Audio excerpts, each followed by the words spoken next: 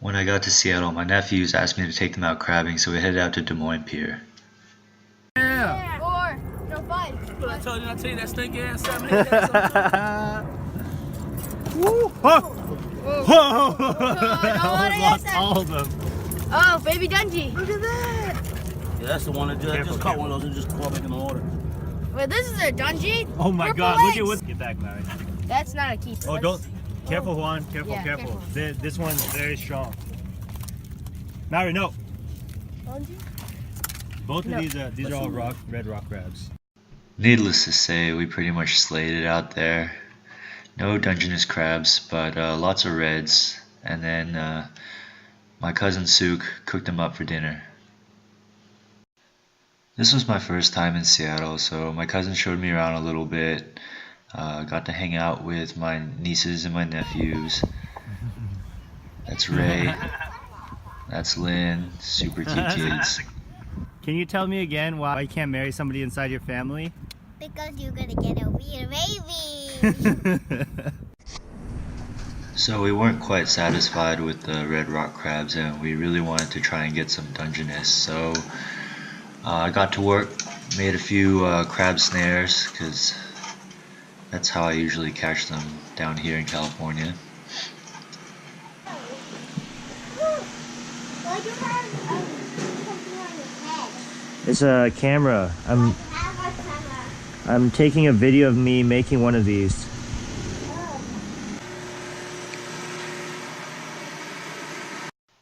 And here's the finished product. And unfortunately I didn't get the footage of us catching them, but this is what we ended up with.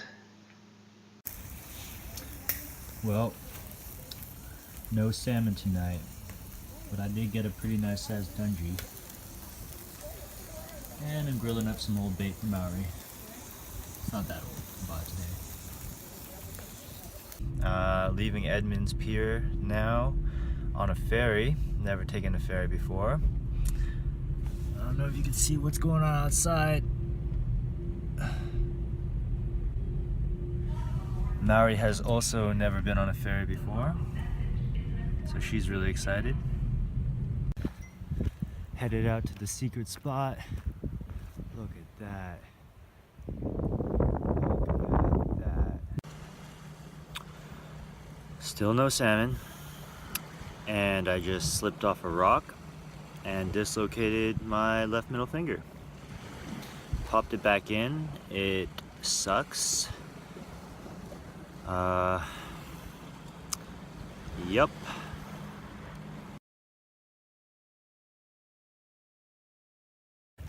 Out here, nice sunny day. Found some bait in the trash can, throw my crab snare, and voila. Big old dogfish. Let him go.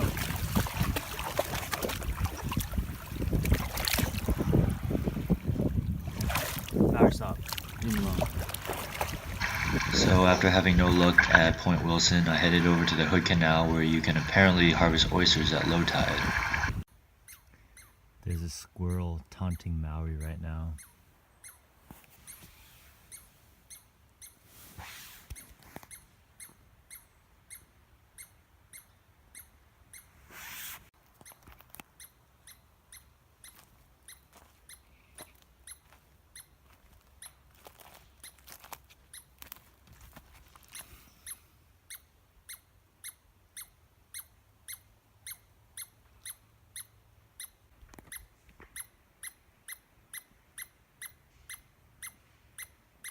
Oh.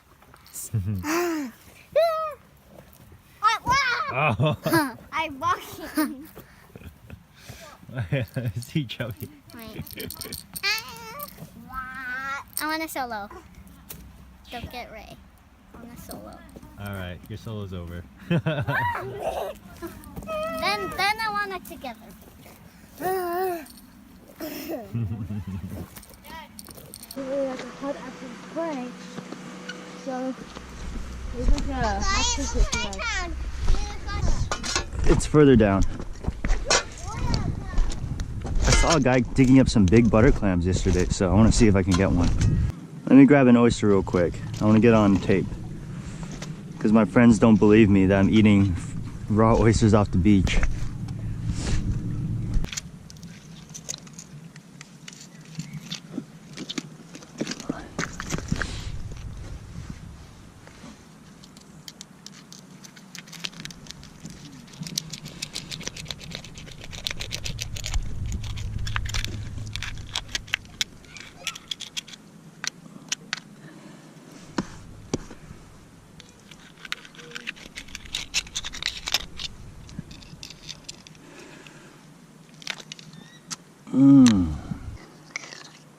Bon appetit.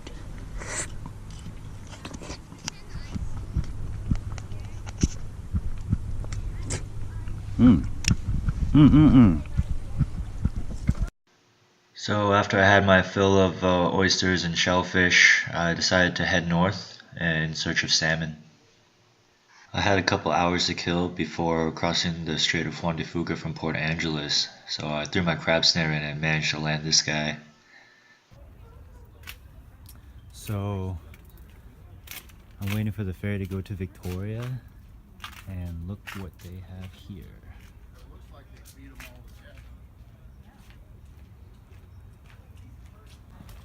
I don't know what these things are for, but I can only assume this is just ridiculous. Straight up, in memory of Papa D.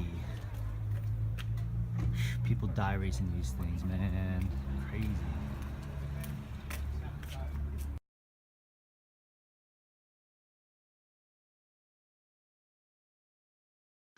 I ended up in a place called Otter Point in Sook, Vancouver Island. It was beautiful there.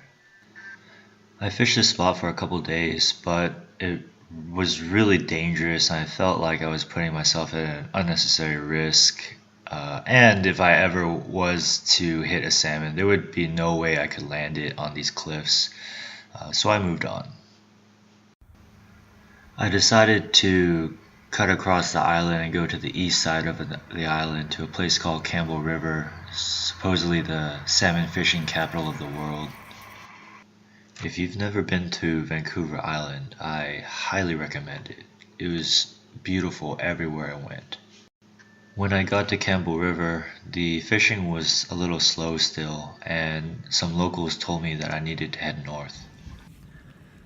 So my quest for salmon has led me here. I'm in northern Vancouver Island.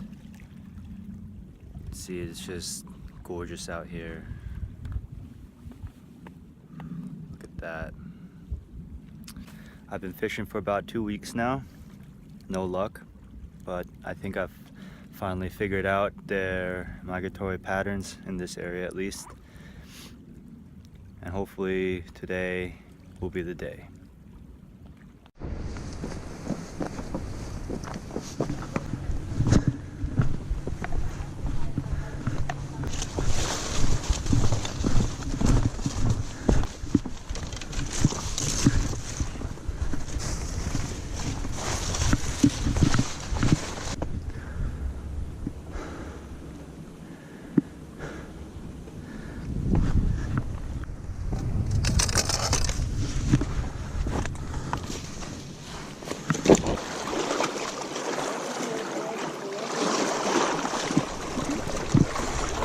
Come on, man. Come on.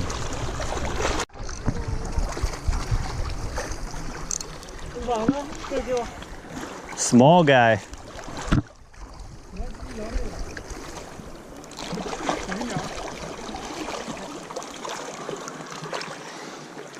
I'm just gonna horse him in. I think he's good.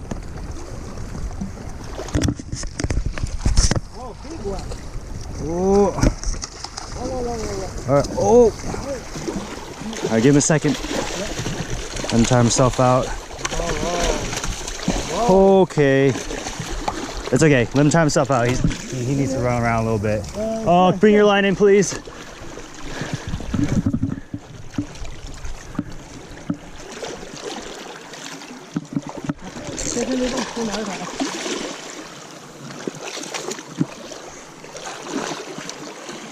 Okay.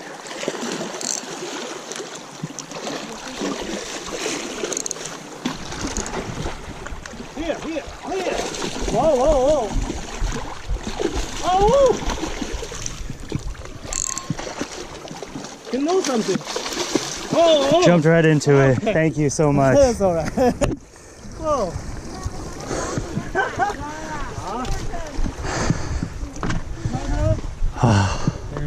Hey! Good eating tonight. 2 weeks of fishing.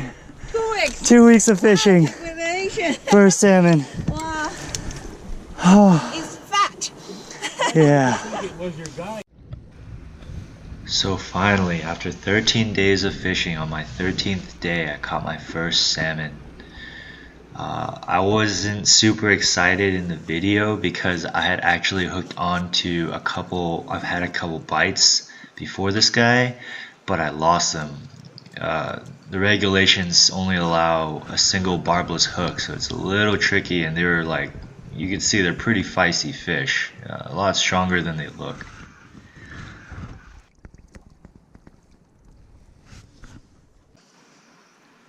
So after I cleaned and processed this fish, I had to go and try to catch another one. The limit is 4 pink salmon in Vancouver Island, so I decided to give it another go.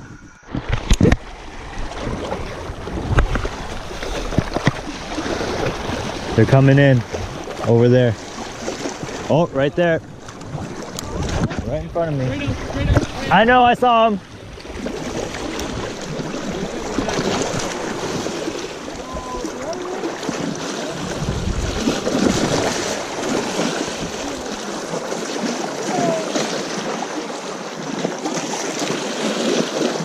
Got a hit. Got him on.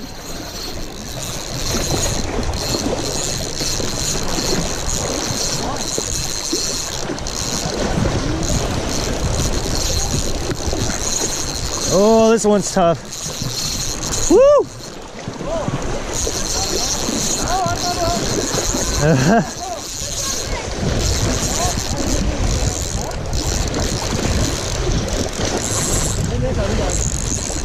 Yeah, be very careful. It's not worth it. Oh, I got him. I got him. Oh. Okay.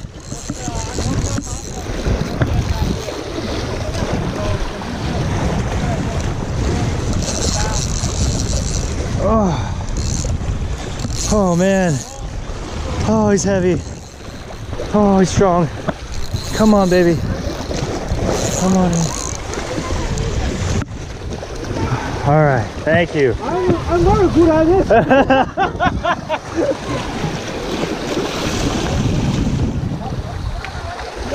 All right, I am done. I'm done for today. No, I'm good. I'm gonna cook the other guy, try to smoke this one, and I'm done. And so there I stayed for at least a week. I was catching salmon every day, at least 4 salmon a day, sometimes more. I would have them smoked and canned by a company and shipped back to my house in California. And Maori and I ate really good that week. All right, homeboy over here just caught a ling. Ooh, damn, look at that boy. So, yeah, just grab that lure. Yeah, I'll have to recut that one. My experience in Sayward was one of the most memorable experiences I've ever had. Not necessarily because of the catching of the fish, but because of the suffering that I had to go through to get to that point. I think the best memories that we have are when we have to suffer and struggle to get to where we want to go, but that's what makes the memories great. So I've been fishing this spot for about 3 days now. It's getting kind of easy with my salmon rod, so I decided to try and catch some fish with my dinky little $10 Walmart rod. Let's see how it goes. We're fishing yet? Okay, now it's ready.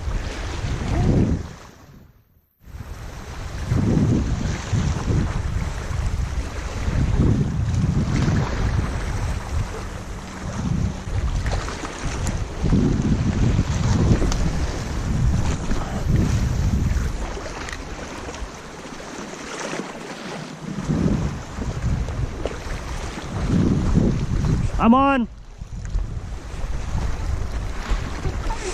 $10 Walmart ride, let's go, baby. Yeah?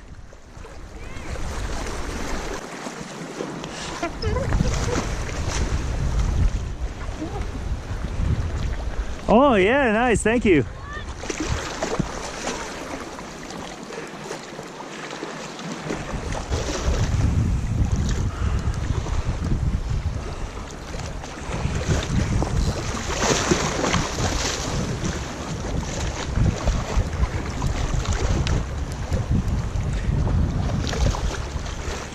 Yeah, give him a minute, he'll be okay.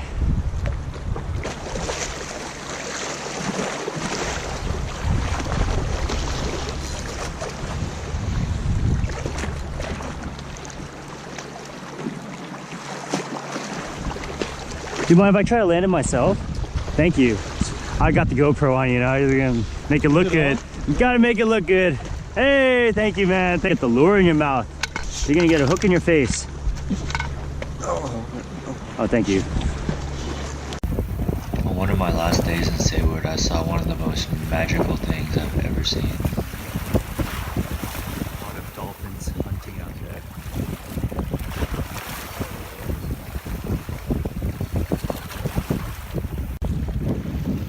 There's gotta be like 20 or 30 dolphins out there. Look at that.